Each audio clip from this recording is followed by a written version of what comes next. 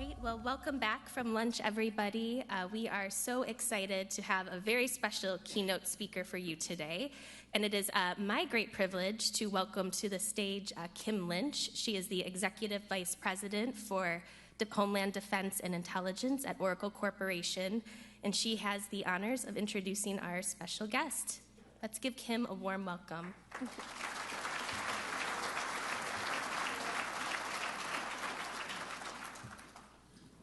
Thank you, Megan, and thank you all for being here. It is so great to be among so many of the Homeland Security distinguished leaders and all of you who are working on such a critically important mission for our country. So thank you for being here, and we at Oracle appreciate just being here amongst all of you. I have the distinct honor of introducing this afternoon's keynote speaker. Prior to being named Secretary of the Department of Homeland Security, the Honorable Kristi Noem served as South Dakota's 33rd governor and was reelected in 2022 with the largest vote total in South Dakota history. During her time as governor, she strongly supported strict border enforcement and actively backed statewide drug enforcement efforts with connections to cross-border crime. Now, as the Secretary of Homeland Security, she has led a historic effort to secure the southern border, delivering on President Trump's pledge and enhancing security to all Americans. It is my sincere pleasure to welcome to the stage the Honorable Kristi Noem.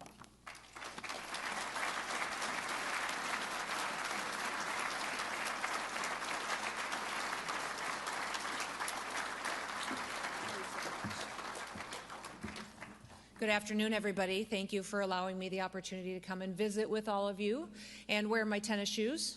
It's been a busy week, and I'm just so grateful to get the chance to discuss our Homeland Security mission, and thank you for all of your partnerships. You have just been absolutely incredible in working with us to fulfill our mission each and every day.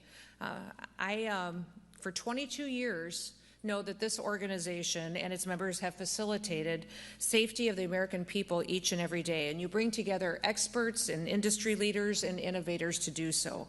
I want to give a special thanks to Megan as well for her leadership as the executive director here at the Homeland Security and Defense Forum. She has been here for 13 years and has led with excellence. I also want to thank our acting deputy commissioner, I don't know if he's still here, John Modlin, who's here with CBP, our El Paso sector interim chief patrol agent, Walter Slozer, who also is speaking with you today, maybe already has, and then David as well, who is a former CBP acting commissioner. So grateful for them and their leadership and sharing their expertise and wisdom with all of you. We know that a secure homeland is important not only because of our duty to protect the American people, but also because it's important to ensure that our country remains prosperous. And that's how industry can thrive. I know what it's like to run a business. I'm a farmer and rancher from South Dakota, which you probably know, but also ran several other businesses, including a restaurant, a hunting lodge, and different entities with my family over the years, had the opportunity to serve in Congress and then as governor before I had this position. But that experience all comes to play when it comes to making decisions not only on safety and security, but also how to do so in a way that's accountable to the American taxpayer. So what does the Trump administration under President Trump's leadership want? What do they want to do as far as building partnerships with all of you? What are our goals? And that is what I'm here to discuss with you today. The president wants a country where our citizens can live in peace, where business is booming and opportunity abounds for all of those who play by the rules and follow the law. Today, I'm happy to tell you that President Trump is indeed making America safe again. And I think all of you know that from what you see out on our streets and in our communities today. And he's setting records and breaking records in the process. When President Trump returned to office, one of our top priorities was getting the Department of Homeland Security back on track. As you know, in many situations, our law enforcement officers weren't allowed to do their jobs. People and departments and components under our umbrella were off mission and were not doing the duty that they needed to protect America. For 4 years, the Biden administration pulled DHS and other vital parts of our national security away from our core missions. There's no clearer example than the disastrous open border policies that we saw perpetuated and the invasion which was facilitated by the administration. They brought crime and violence and unprecedented drugs to our communities. Terrorists flooded our country, and countless citizens of adversarial countries waltzed right over our border. Customs and Border Protection was prevented from doing its job, and worse, they were used many times to funnel aliens in as quick as possible. President Trump has put an end to that, delivering the most secure border in American history. In fact, we've just reached our 7th month of 0 illegal aliens released into our streets. Border crossings are down over 93% year over year. Meanwhile, we're removing illegal aliens who came in under the Biden administration. By the end of this year, 2.5 million illegal aliens will have left our country. That includes over 600,000 that were detained and deported, but 1.9 million virtually have left voluntarily through our communication efforts, through the efforts of facilitating plane tickets, and also $1,000 reimbursements for those who choose to go home voluntarily with the opportunity to come back the right way someday. We have seen an incredible amount of interest in fixing things that have been done wrong in the past. As a result, we have also deterred countless would-be border crossings from entering into our country. DHS, as you know, was founded after 9/11. It was founded to put all of the government agencies and components under one umbrella to fight terrorism and to protect the homeland, and that's exactly what we're doing under President Trump. From January to November of this year, ICE alone arrested and removed over 1,100 known or suspected terrorists that were on our terrorist watch list from January through November.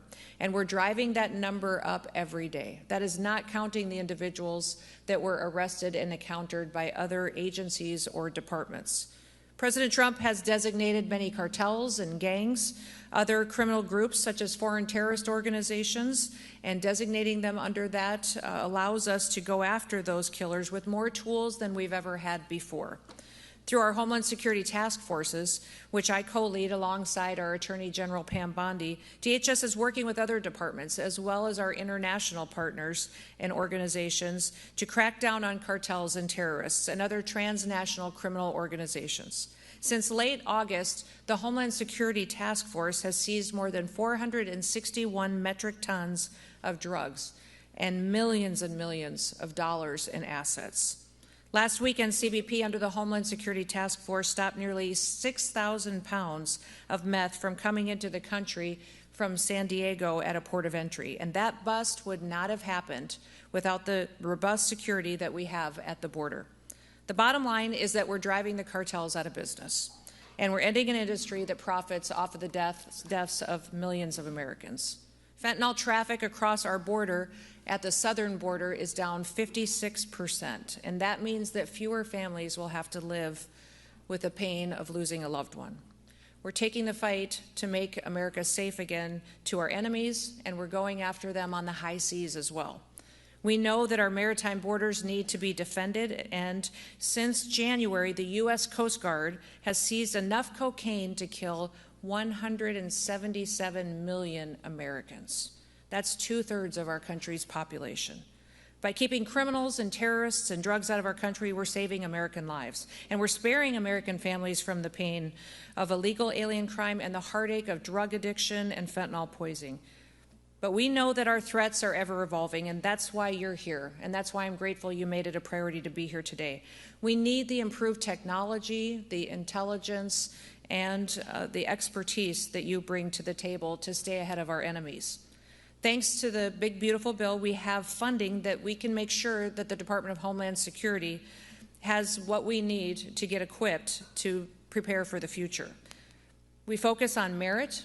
We're ensuring that we get the best products so that we can keep the American people as safe as possible.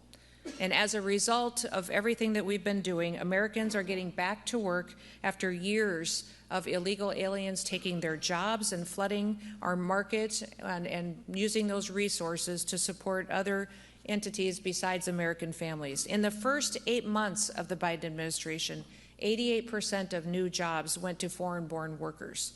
In the same period under President Trump, 100% of American jobs went to American-born workers. Overall, that's more than 2.5 million Americans that went back into the workforce. Now, as President Trump continues to stand up for our citizens and prosperity on the global stage, he also is working to enforce American tariffs. CBP is responsible for implementing and for enforcing all tariffs, and in January, CBP has collected $1 billion from tariffs, taxes, and fees. And what there actually are and what we are utilizing them for is a negotiating tactic. They serve as a stick, so to be, to bring people to the table. And if a company or a country doesn't like tariffs, a simple solution exists. Invest in America. Meet our demands. Meet our safety protocols. You won't regret it, you won't have any tariffs, and we want to do business with you if we do it the right way. And we will rely on our international relationships and partnerships to keep our country safe. As President Trump's DHS Secretary, it's been an absolute honor every single day to get up and to have a purpose of safety and security with the United States and be able to negotiate with our international partners. And since January, we have secured, under the Department of Homeland Security, over 30 international agreements that don't just tighten our security operations, but they also help us with travel, and 17 of those I have personally signed with our international leaders. For example, the biometric data sharing partnership agreements that we've signed with countries in the Western Hemisphere have allowed us to identify threats to the United States and to the region. And these data exchanges have allowed us to better understand the movement of bad actors in the hemisphere and identify them if they come to the United States. Many of you have the technology and the innovation to help us do that even better. And among those that we have identified, we have found nearly 100 known and suspected terrorists just from those agreements that we've signed in the last several months. America is not just a nation that is important, but it also needs to refocus on being the Arctic nation that it is, and we have been since the 1850s. Under President Trump, we're finally acting like it. We need to revamp our shipbuilding industry to revitalize the Coast Guard to help defend it. And last month, I hosted the ministers from Canada and Finland here in DC to continue our icebreaker collaboration effort, our ICE Pact, to strengthen our maritime capabilities, to rebuild America's shipbuilding industry, and to increase our presence in the Arctic region to deter our adversaries. ICE Pact brings together the governments of our countries, our three nations, and it brings private industry in from all three countries. I'm sure you've read and heard about what that really has done to establish the shipping industry here in the United States. For example, the Canadian shipbuilder Davies has pledged over $1 billion to acquire and to modernize the American shipyard assets in Texas for the production of icebreakers right here in the United States. 2 multi-purpose icebreakers are proposed for construction in Finland by the American-owned Bollinger Shipyards and the Canadian-owned company of Seaspan. And working with the Department of Labor, we've deployed millions of dollars in grant programs to create the International Shipbuilding Fellowship, which will fund opportunities for American workers to travel to Finland, to learn from them and their expertise, and to bring that skill set back here at home to deploy. We're doing all of that because the American people deserve the security, they deserve the prosperity, and the future that will come from it. And we need groups like you to make it happen. You are the innovators. You see the challenges that are coming and you help us tackle them with your expertise and your knowledge. You create the solutions that propel us forward, and you don't give up until you do. And that's really what the American spirit is. It's what drives us forward as a nation. We're all doers, and we always have been. As my dad raised us, he told us we don't complain about things, we fix them. And I want to thank you for being here today to help us do exactly that. That's exactly how our ancestors carved 13 colonies out of an unforgiving wilderness. It's how we tamed the Wild West, it's how we founded a nation, and it's how we landed on the moon. That spirit that built America is what made us great, and we need a lot more of it. What do we need from industry? We need your technology. We need your wisdom, your expertise. We need agility. We need you to be quick and fast and deploy. Under the Department of Homeland Security, I have personally reviewed over 9,000 contracts myself to ensure that they're not only the correct contracts we should be signing as far as deploying resources, but to do it quickly and be accountable to taxpayers. Know that when you work with us, that it will meet a need that we have to secure the homeland, but also that it will be something that is appropriate and correct, will be evaluated, and will be deployed at an efficiency to the taxpayer. We have saved over $13 billion at the department just by reviewing and renegotiating contracts, making sure that we're doing the right thing and stretching every single dollar as far as we can to take care of people and to keep them safe. We need your new solutions to meet the threats of tomorrow so that we can build an America where we can protect America and where we can uphold the principles and the law for which it was founded.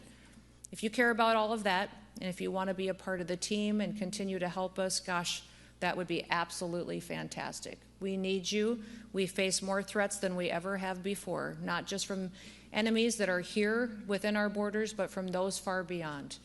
Not just from individuals, but from groups, cartels, terrorists, and even other countries that wish to take America out. Our threats are great, but our people are even greater. And I want to thank you for all that you do to help us to achieve safety, but also hope and happiness here for our families that live here. So I just want to thank you all for being here, for what you do, for loving this country, and may God bless you for partnering with us in new ways each and every day. Have a wonderful afternoon. Thank you for giving me a few minutes to visit with all of you. And with that, I will yield back, but does anybody have any questions? I'll take a couple questions before I leave if you've got some. Yes, ma'am. Yep. We have a contract on your desk right now to review the We're going to negotiate a contract right here today. I love it. I want to know what we're going to do to improve and quickly put in place AI-enabled surveillance on our borders to improve the false alarm rate, which is very, very high right now and causing a lot of pain to the folks in the field who need this. Yeah, as you know, we had a plan under Trump 45 to build the wall, and the wall is not just an infrastructure of a primary wall. There's a secondary wall and the technology and surveillance equipment that actually goes with it as well. And as we do that, and this is the largest project that's ever been undertaken, I believe, in the world, to build an infrastructure project of this magnitude.